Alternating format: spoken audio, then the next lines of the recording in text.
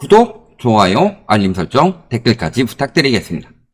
요즘에 주식 다시 오른다고 하죠.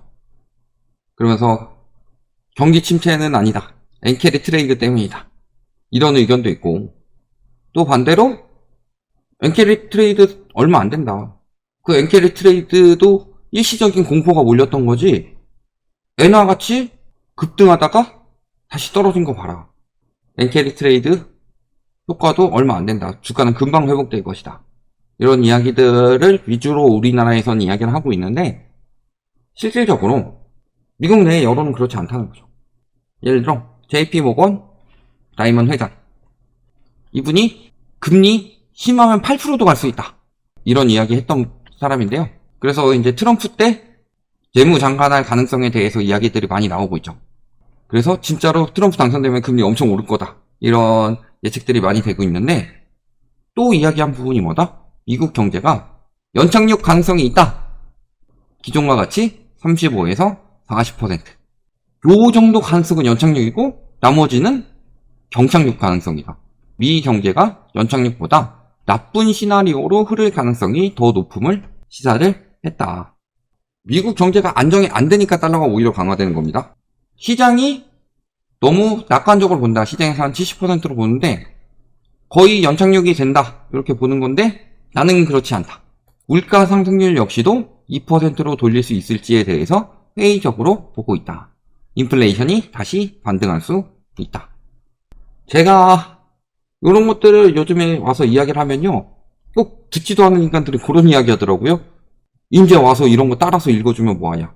제가 단언컨대 말씀드리는데 JP 모건보다 제가 더 먼저 이야기했습니다. 미국 경기 침체 올 것이라고 그랬었고, 제가 먼저 이야기한 다음에 나중에 JP 모건에서 다이먼 회장이 이야기한 걸 가지고 이야기를 했죠. 얘도 이러더라 하면서. 인플레이션 다시 재차 오를 수 있다, 이 부분에 대해서도 저도 다이먼 회장보다 더 먼저 이야기했습니다. 그러면서 얘도 이러더라 하고 들고 왔고, 꼭 안 본 인간들이 제가 막 이거 따라서 읽는 것처럼 이야기를 해요. 제가 이 부분에 대해서 이미 다 이야기를 했던 것들이죠. 그러니까 연착륙 가능성이 굉장히 많이 떨어져 있는 거죠. 여기에 엔캐리 지금 굉장히 많이 나왔죠. 아니, 그 전에 그런 이야기 했었잖아요.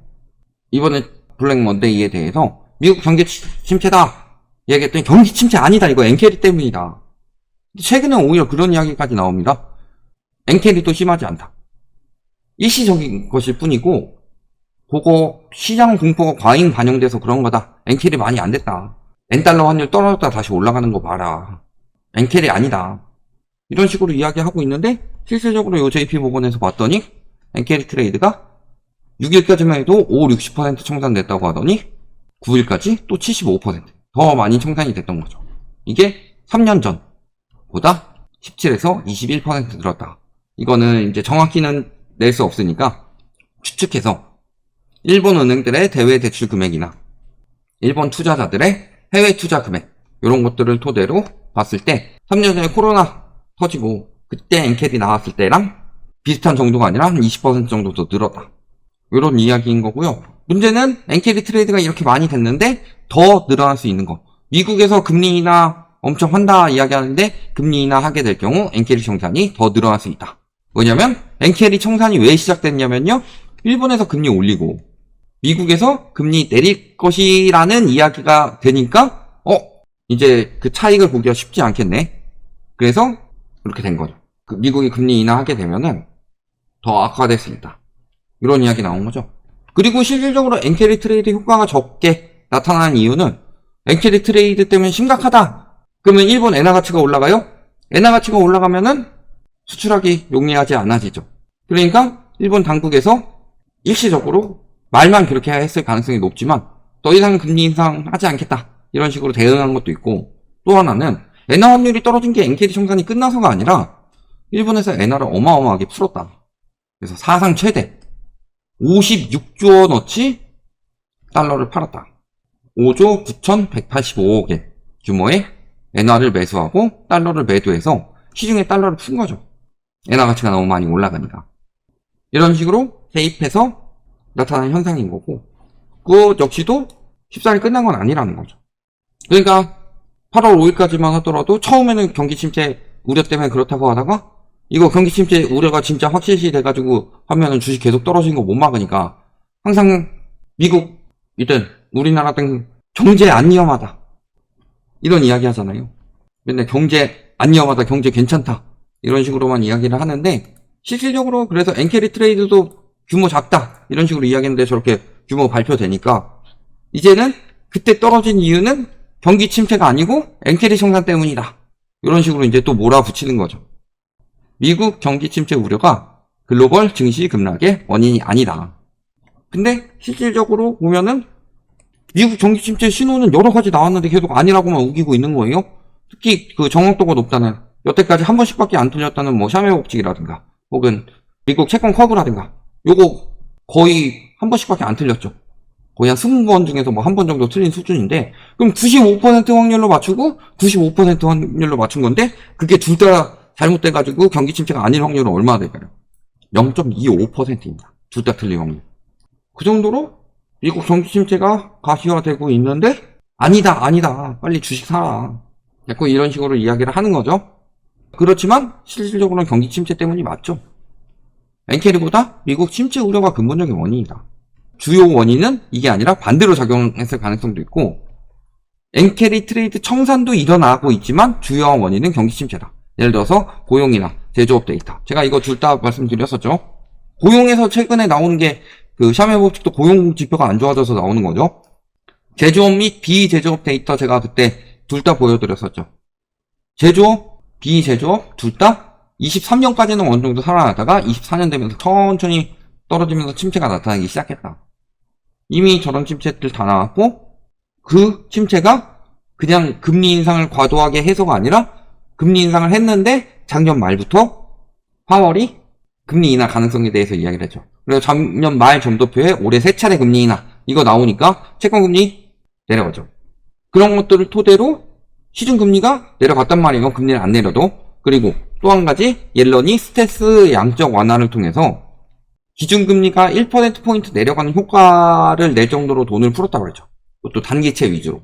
단기채 위주로 풀었다는 소리는 단기는 계속 만기가 빨라지기 때문에 가뜩이나 미국 정부의 이자 비용이 늘어난 상황에서 그게 이제 원금 상환이 빨라지면 빨라질수록 다시 빌려야 되고 이런 상황이 올 수가 있습니다.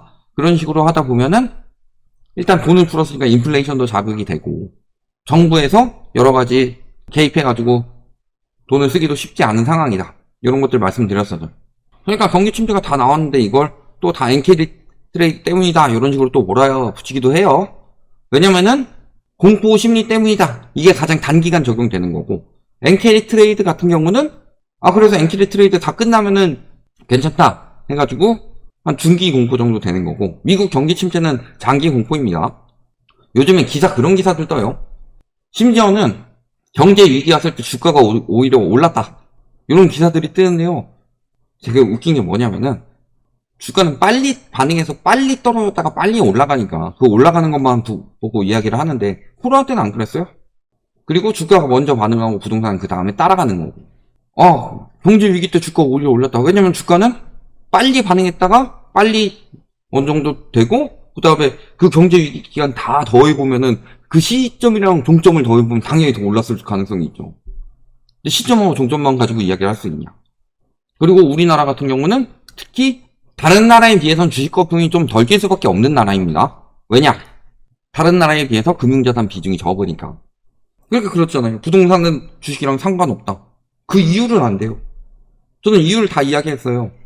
경기 침체가 되면은 당연히 빚을 많이 낸 자산들의 경우 정상화 될 수밖에 없는 거고 근데 그 반응에서 주식 같은 경우는 환급성이 좋으니까 먼저 반응이 나오는 거고 부동산 같은 경우 환급성이 떨어지니까 천천히 반응이 나오는 거다. 그래서 주식이 먼저 반응이 되고 부동산이 나중에 나온다.